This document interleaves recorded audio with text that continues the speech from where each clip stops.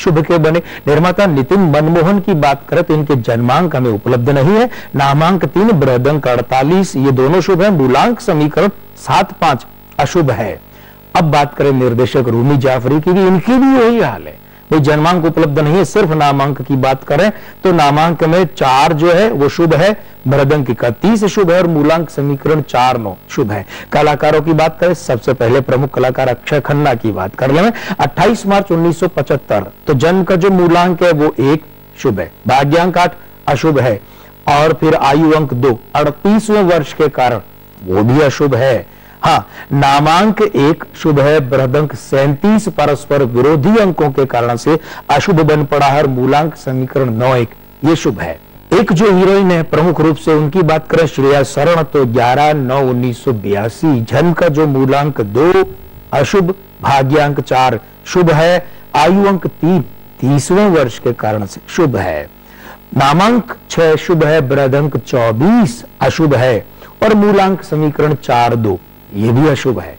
अब यहां पर शुभाशुभ युतियों की बात की जाए तो गली गली चोर है फिल्म के पक्ष में, यानी कि शुभ युतियां अपेक्षाकृत अधिक है, बहुत ज्यादा नहीं है लेकिन फिर भी ज्यादा है, और विपक्ष में कम है। माने ये हुए कि ये फिल्म सफल रह सकती है, सफल रह करके ये लागत उठा सकती है। लेकिन मित्रों, हम निवेदन करते हैं बार बार, अभी भी बताई दिए देते हैं कि हम जब यहां बॉक्स ऑफिस पर किसी फिल्म का आकलन करते हैं या भविष्य कथन करते हैं ना, तो ये सिर्फ और सिर्फ उस फिल्म के बॉक्स ऑफिस पर कमाई के आंकड़ों की ही बात होती है। वो फिल्म अन्य स्रोतों से कितना क्या कुछ कमाती है वो हम यहाँ अपने भविष्य कथन में शामिल नहीं करते हैं। तो ये तो था इस सप्ताह बॉक्स ऑफिस का हाल। अब फिर वक्त हो गया है आपकी समस्याओं के बारे में जानने का। हमारे पास एक और कॉल आया है अलका रानी का जयपुर से, जिनकी डेट ऑफ बर्थ है 3 दिसंबर 1983। वो जानना चाहती हैं कि वो IAS बनेंगी या नहीं। मूलांक 3 और भाग्यांक 9 युति तो ये अच्छी बन पड़ी है। और रहा सवाल प्रशासनिक अधिकारी की बात कर ले में, और वो भी उच्चस्थ पद की बात, तो अनुकूलताएं हैं, लेकिन तात्कालिक अनुकूलता इसलिए नहीं है क्योंकि 29वें वर्ष के कारण से अंक 2 है आयु का, कैलेंडर वर्ष इसका विरोधी है 5, और ये जो 2 है ये 9 और 3 ही आपके मूलांक और भाग्यांक वहां भी गड़बड़ कर रहा है। तो तात्कालिकता में आपको कुछ विफलता, कुछ कम सफलता, कुछ नैराश्य अनुभव हो सकता है, लेकिन कुल मिलाकर समय 30वें से 33वें साल के बीच का जो रहेगा, इस नजरिए से बहुत अच्छा रहेगा और सफलता कृपात्रय की कृपा से मिल सकती है। अगला कॉल हमारे पास आया है प्रशासनिका ओझा का बरेली से, जिनकी डेट ऑफ बर्थ है 4 सितंबर 1982 जी। वो जानना चाहते हैं कि उनकी शादी कब तक होगी। मूलांक 4 और भाग्यांक 6 की बात करें, शादी में सीधे सीधे से पितृ दोष उत्पन्न हो रहा है। इसका माने ये हुआ कि यदि आपके पिता या पिता समान जो लोग हैं, अगर वे आपकी शादी तय करने, शादी करवाने के सिलसिले में किनारे हट जाएं, तो आपकी शादी बड़ी आसानी से तय हो जाएगी। और रहा सवाल कब, तो भाई उम्र का 31वां वर्ष प्रतीक्षा कीजिए, बहुत जल्दी आने वाला है, क्योंकि अभी आपको 30वां वर्ष चल रहा है। उम्र के 31वें वर्ष में आपका विवाह होने के प्रबल योग हैं। एक और बात जोड़कर अपनी तरफ से हम कह देते हैं, जो आपके चेहरे पर मुस्कुराहट ले आएगी, वो जो लड़का है जब आपसे शादी होगी तो स्थापित अवस्था में होगा, अच्छा खासा काम, अच्छी खासी नौकरी कर रहा होगा।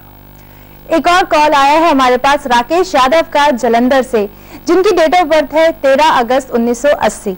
ये जानना चाहते हैं कि इनका खुद का मकान कब तक होगा। भाई यहाँ पर मूलांक बना 4 और भाग्यांक 3, इन दोनों की युति है, अनुकूल रहती है मुखिया के लिए, मुखिया के रूप में मकान हो, इसके लिए भी। हाँ, अभी आपको चल रहा है 32वां वर्ष, अंक बना 5, तो अनुकूलताएं तो हैं वे आपके अगले वर्ष से कि 33वें वर्ष से आरंभ होंगी, और ये 33वें लेकर के 36वें वर्ष तक के बीच में आपका अपना मकान जो है बन पड़ेगा। कोशिश ये कीजिए कि वो जो मकान है, वो जो जमीन है, जो आपके नाम से करवाएं, लेकिन साथ में अपने, अगर आपका पुत्र है तो ठीक है, वरना पुत्री यानी कि संतान का नाम उसमें अवश्य रखवाएं, आपके साथ में शामिल रखवाएं, जिससे आपके यहाँ पर एक जो परंपरागत पितृदोष है वो संतुलित हो जाएगा। ये तो थी आपकी समस्याएं और उनका समाधान।